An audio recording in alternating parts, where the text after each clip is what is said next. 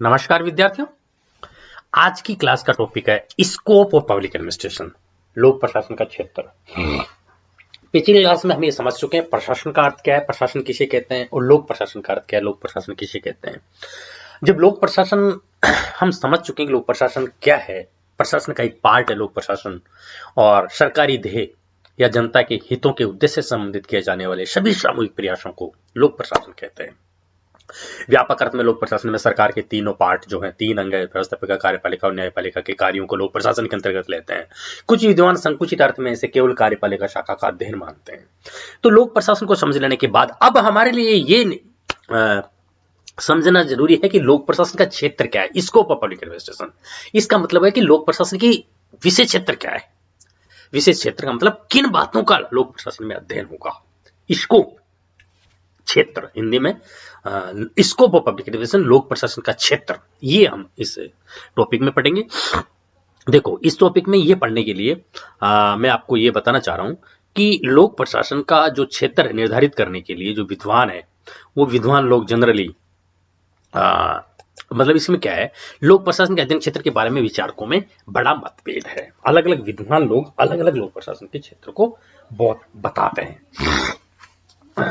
लोक प्रशासन, देखो, किसी भी विषय के क्षेत्र से तात्पर्य, अगर हम किसी भी विषय के क्षेत्र से मतलब लें, जैसे लोक प्रशासन के क्षेत्र से मतलब लें, तो उसका मतलब है कि उसकी परिधि कहां तक है या उसकी पहुंच कहां तक है, अर्थात वो विषय जिस उसमें विशेषताएं, कार्य क्या है, ये जानना लोक प्रशासन का क्षेत्र है। लोक प्रशासन का क्षेत्र अगर हम समझें तो निस्संदेह संपूर्ण मानव समाज है।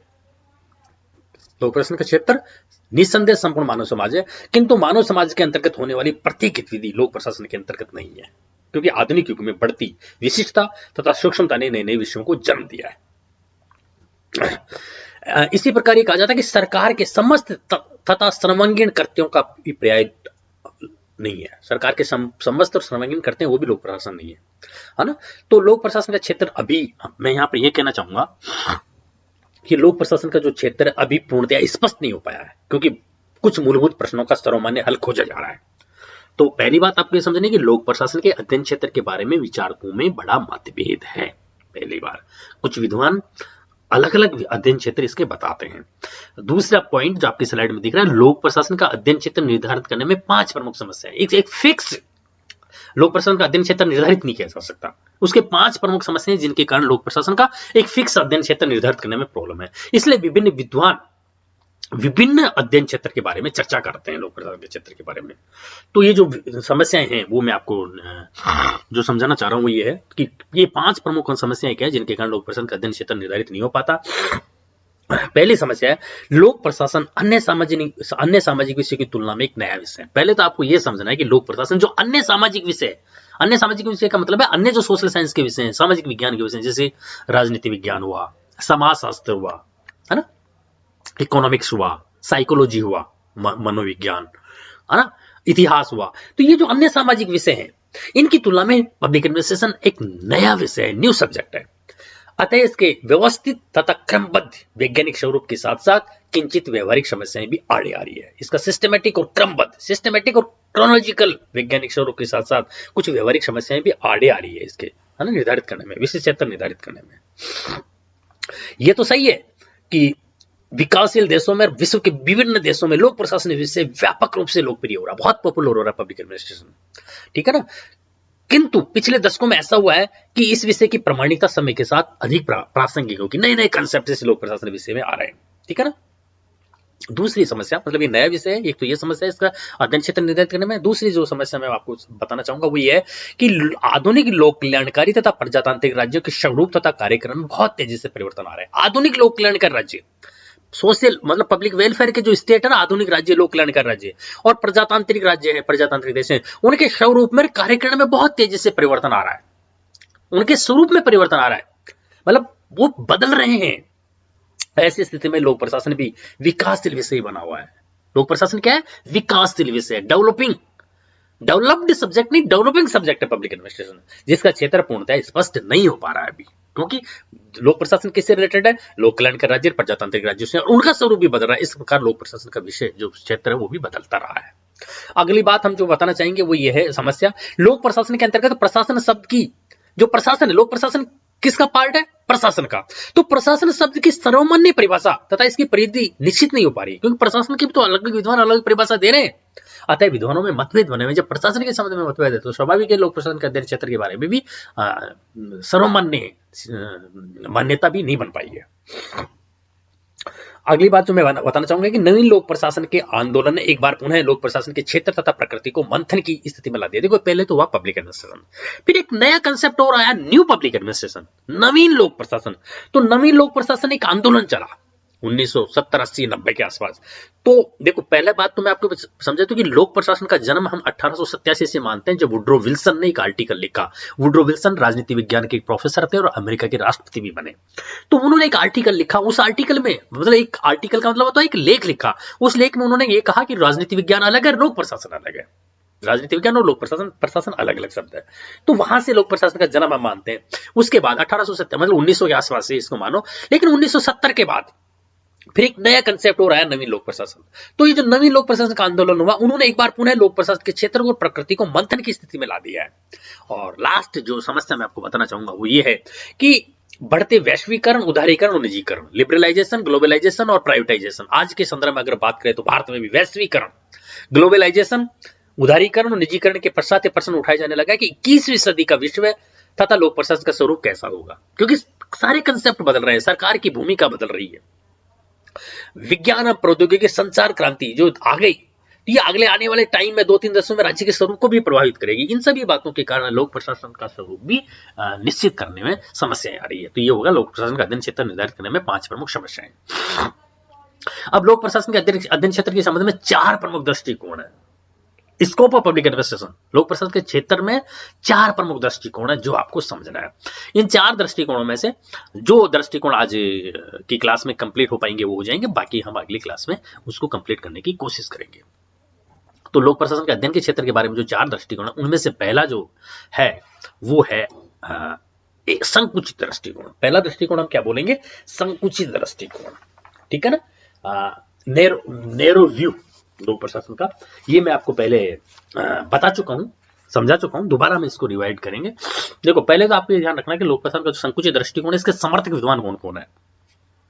जो लोक प्रशासन की परिभाषाएं दी है हर्बर्ट साइमन ने, लूथर गुलिक, ये जो विद्वान है ये लोक प्रशासन के संकुचित दृष्टिकोण के समर्थक है। पहला ये नैरो व्यू। आपको ये मैं बता दूं, सरकार के कितने अंग होते हैं, कितनी शाखाएं होती हैं? 3, व्यवस्थापिका, कार्यपालिका और न्यायपालिका। लोक प्रशासन के संकुचित दृष्टिकोण के समर्थक केवल लोक प्रशासन का संबंध कार्यपालिका शाखा से ही मानते हैं। सरकार के पहले इस व्यापक दृष्टिकोण के, देखो आपके यही क्लियर हो जाएगा व्यापक दृष्टिकोण। व्यापक दृष्टिकोण में सरकार के जो 3 शाखाएं हैं, तीनों के विषय क्षेत्र को लोक प्रशासन का विषय क्षेत्र मानते हैं। और लोक प्रशासन के संकुचित दृष्टिकोण के समर्थक केवल कार्यपालिका शाखा से संबंधित जो बातें हैं उसी को लोक प्रशासन का विषय क्षेत्र मानते हैं। ठीक है, मतलब इस दृष्टिकोण के अनुसार लोक प्रशासन का संबंध केवल कार्यपालिका शाखा से है, अर्थात विधायिका द्वारा निर्मित कानून और नीतियों का व्यवहारिक तौर पर क्रियान्वयन करने वाला तंत्र ही लोक प्रशासन है। विधायिका ने जो कानून बना दिए, जो नीतियां निर्धारित कर दी, उनका व्यवहारिक स्तर पर, प्रैक्टिकल स्तर पर क्रियान्वयन करने वाला तंत्र, क्रियान्वयन करने वाला शाखा तो कार्यपालिका हुई। तो उस व्यवस्थापिका द्वारा निर्मित कानूनों को और नीतियों का व्यवहारिक स्तर पर क्रियान्वयन करने वाला तंत्र ही लोक प्रशासन है। ठीक है ना।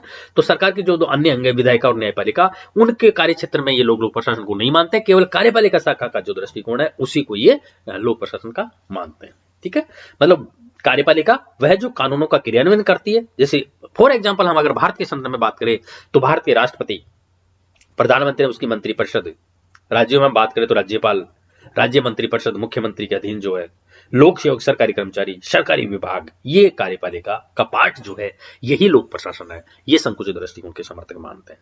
ठीक है, और व्यापक दृष्टिकोण के समर्थक जो अगली जो मैं आपको बताना चाहूंगा, व्यापक दृष्टिकोण, जो व्यापक दृष्टिकोण के समर्थक विद्वानों को आप नाम पता होना चाहिए। पहले तो संकुचित दृष्टिकोण के समर्थक विद्वानों को नाम मैंने आपको बता दिया। व्यापक दृष्टिकोण के जो समर्थक विद्वान है वो है LD. White, marks, Willoughby, Felix Negro इत्यादि। ये तो आपको ध्यान रखना है कि ये जो विद्वान है ये लोक प्रशासन के समर्थक विद्वान है, लोक प्रशासन के व्यापक दृष्टिकोण के समर्थक विद्वान है। ठीक है, और ये संकुचित दृष्टिकोण के बिल्कुल विपरीत लोग ये कहते हैं इस दृष्टिकोण के समर्थक कि लोक प्रशासन सरकार के 3 अंगों अर्थात कार्यपालिका, व्यवस्थापिका, न्यायपालिका से संबंधित है। देखो विधायिका क्या करती है? व्यवस्थापिका, आपको बता ही दिया, वह जो कानूनों का निर्माण करने वाली सरकार की शाखा है वो व्यवस्थापिका है। जैसे भारत के संदर्भ में बात करें तो संसद और राज्य विधानमंडल, जिसमें राज्य विधानमंडल में 2 सदन आते हैं, राज्य विधानसभा और विधान परिषद। भारत के केवल 6 राज्यों में 2 सदन है, बाकी सब में केवल एक ही सदन है जिसको राज्य विधानसभा बोलते हैं। अगर हम राजस्थान के संदर्भ में बात करें तो राजस्थान राज्य विधानमंडल का एक ही सदन है जिसे राज्य विधानसभा कहते हैं। उत्तर प्रदेश, बिहार वगैरह में 2 सदन होते हैं। तो ये तो विधायिका या व्यवस्थापिका। कार्यपालिका मैंने आपको पहले ही बता दिया। न्यायपालिका का कार्य क्या है? वह जो कानून की व्याख्या करते हैं, जैसे सर्वोच्च न्यायालय, उच्च न्यायालय, है ना, और जिला न्यायालय और अधीनस्थ न्यायालय, जिला न्यायालय के अधीन, ये है जो न्यायपालिका शाखा है। तो व्यापक दृष्टिकोण के विद्वान मैंने बता दिया, विलोबी है, फेलिक्स निग्रो, व्हाइट है, मार्क्स है। इन विद्वानों के अनुसार शासन के 3 अंगों अर्थात शासन के 3 अंगों अर्थात शासन के तीनों, सरकार के 3 शाखाएं, विधायिका, कार्यपालिका और न्यायपालिका का संबंध लोक प्रशासन से है। अर्थात लोक प्रशासन इन तीनों शाखाओं से संबंधित है। ठीक है ना। अब इनकी परिभाषा में जाओ। एल डी व्हाइट ने क्या कहा था? लोक नीति के क्रियान्वयन से संबंधित है प्रशासन। ठीक है ना। तो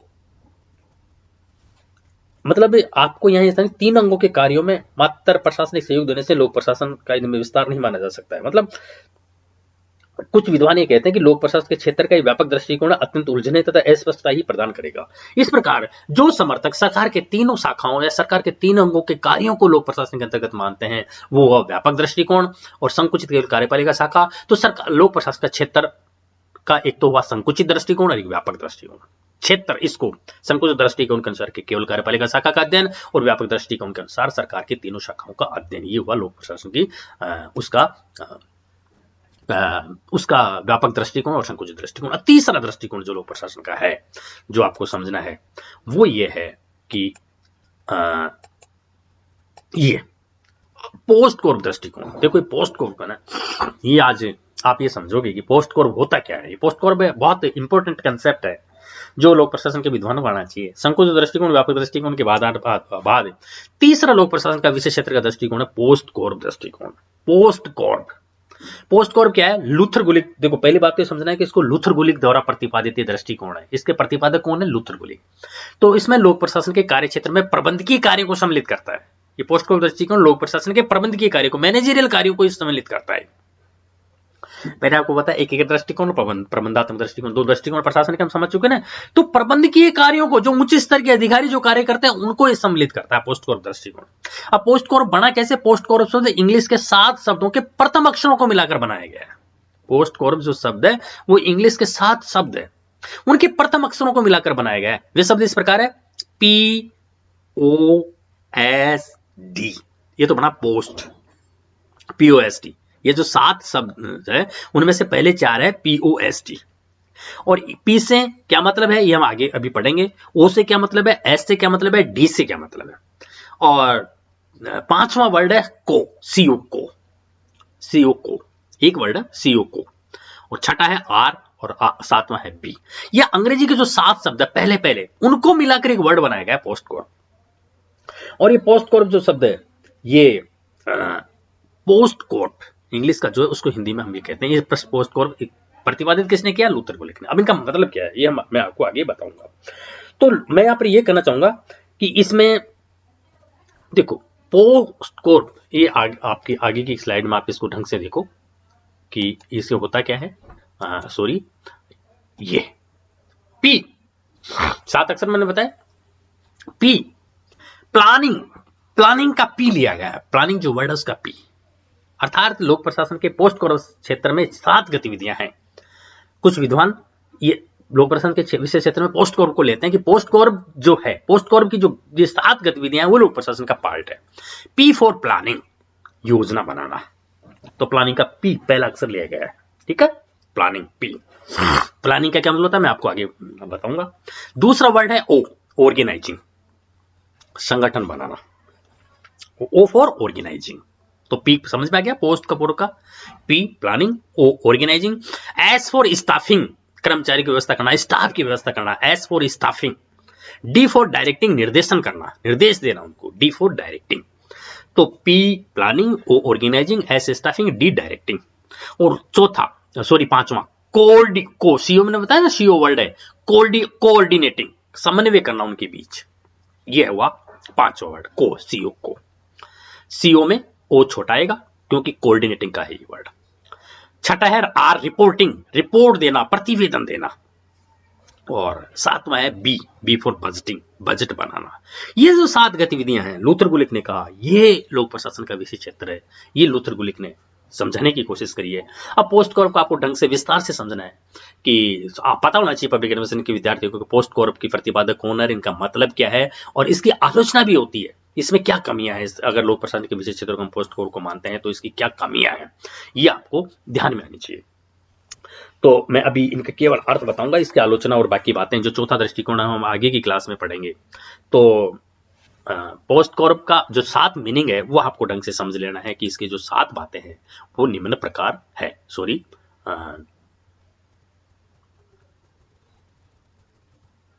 जो पोस्ट कॉर्प की जो बातें हैं ये आप पढ़ लो। P for planning, O for organising, S for staffing, D for directing, coordinating और रिपोर्टिंग और बजटिंग। ये जो बातें हैं तो पोस्ट कॉर्प का आपको केवल अभी शाब्दिक अर्थ समझाया गया है, जो 4 भागे हैं ना। तो ये जो इसका मतलब क्या है कि पोस्ट कॉर्प किसी कार्यपालक अधिकारी द्वारा किए जाने वाले कार्यों को बताता है। पोस्ट कॉर्प ये कहता है कि कार्यपालक अधिकारी निम्न 7 प्रकार के कार्य करेगा, और जो 7 प्रकार के कार्य करता वो लोक प्रशासन का पार्ट है, विशेष क्षेत्र है लोक प्रशासन का। तो ये जो प्रतिपादक लूथर गुलिक है, हिंदी में मैंने बता दिया। पी फॉर प्लानिंग का मतलब होता है नियोजन, प्लानिंग, योजना बनाना, है ना। ओ फॉर ऑर्गेनाइजिंग, संगठन, तो नियोजन, ऑर्गेनाइजिंग, संगठन। तीसरा स्टाफिंग, कार्मिक, नियोजन, संगठन, कार्मिक। चौथा डायरेक्टिंग, निर्देशन करना, निर्देशन। और पांचवा समन्वय, कोऑर्डिनेशन, कोऑर्डिनेटिंग, समन्वय करना। पांचवा जो है कोऑर्डिनेशन आ गया। छठा प्रतिवेदन, रिपोर्ट देना, रिपोर्टिंग। और सातवां बजट, बजटीय कार्य को करना। ये जो 7 कार्य हैं, ये जो 7 तत्व है, 7 जो पार्ट है वो पोस्ट कॉर्प मिलकर बना। इंग्लिश में बोलेंगे planning, organising, staffing, directing, coordinating, reporting और बजटिंग। और हिंदी में बोलेंगे नियोजन, योजना या नियोजन, संगठन, कार्मिक, निर्देशन, समन्वय, प्रतिवेदन और बजट। ये जो 7 है प्रथम अक्षरों को मिलकर बनाया गया, ये पोस्ट कॉर्प आया। अब इन 7 का मीनिंग नियोजन से क्या तात्पर्य है, संगठन से क्या तात्पर्य है, स्टाफिंग से क्या तात्पर्य है, रिपोर्टिंग या प्रतिवेदन से क्या तात्पर्य है, समन्वय से क्या तात्पर्य है, प्रतिवेदन से क्या तात्पर्य, बजट से क्या तात्पर्य। ये जान लेने के बाद इसकी क्या क्या आलोचनाएं होती है या इस दृष्टिकोण को अगर हम मानते हैं तो इसमें किन बातों का अध्ययन होता है, विद्वानों ने इसकी आलोचना क्यों की है।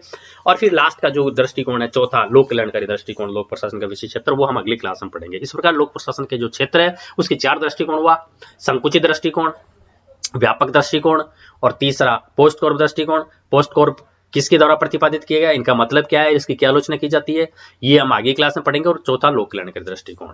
तो ये 4 दृष्टिकोण मिलकर लोक प्रशासन का विषय क्षेत्र निर्धारित करते हैं। आज की क्लास के लिए बस इतना ही।